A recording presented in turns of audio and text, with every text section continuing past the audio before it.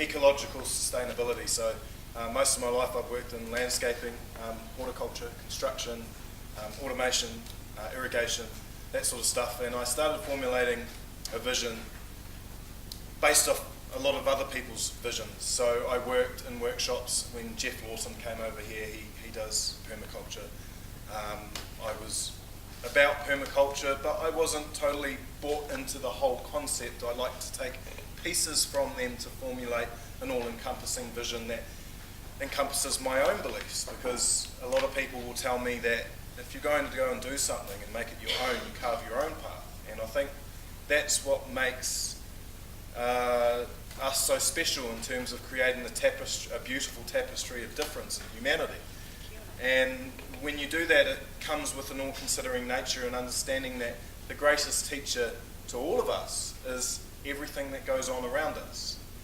And we can learn a very important lesson when we study a 4.5 billion-year-old entity, or that might stretch for longer. That all depends on the accuracy of the science in terms of how long Mother Nature has been operating. But you can learn a lot from that, from little pieces of what everybody has learned from the things that they promote. So I guess what I would say is I'm a bit of a visionary, someone that creates a vision, but is open to people who will criticise that vision so it can change and morph with all the different perspectives that come in to make it better.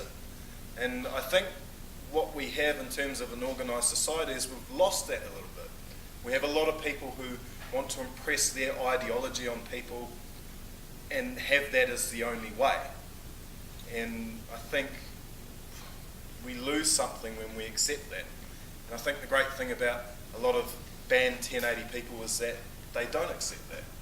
They don't accept that this is fact, undeniable fact, because constantly facts are being challenged all the time. So I guess what I work on in terms of when I work and the stuff that I'm developing for what I want to do in the future is basically an all-encompassing vision that incorporates all views that apply to kaitiakitanga.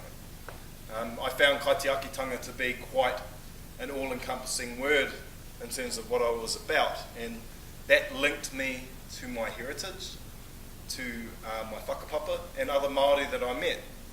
And what I realised is when I started learning about all the other different things, people who are anti-toxins, permaculture, ecological growing, about reforestation, off-grid communities, Māori who exercise their right for self-determination, hunters, pro-environment, sustainability, animal rights, unschoolers and homeschoolers, we all want the same thing, but we're all in different places.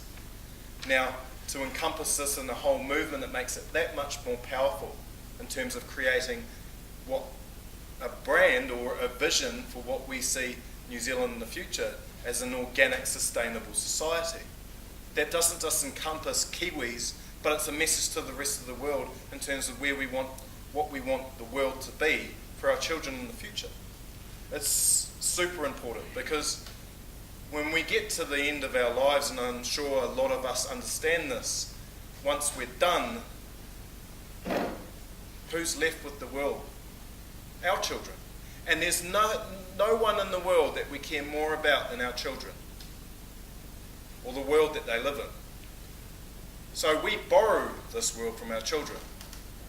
And it's super important what kind of state that is left in for when they take it back. So I think the most important thing we can do, and Sue touched on that, is to give a realistic picture of how we transition into this vision and how we go about it and how we sell it to everyone who isn't interested in the complexities about it, because that's the nature of our society. So we can learn a lot from what our governments and other interested parties have put their view forward to them, and we can take parts of that to help this create a better world, because at the end of the day that's what we're after, a better world for everything. Not everyone, everything.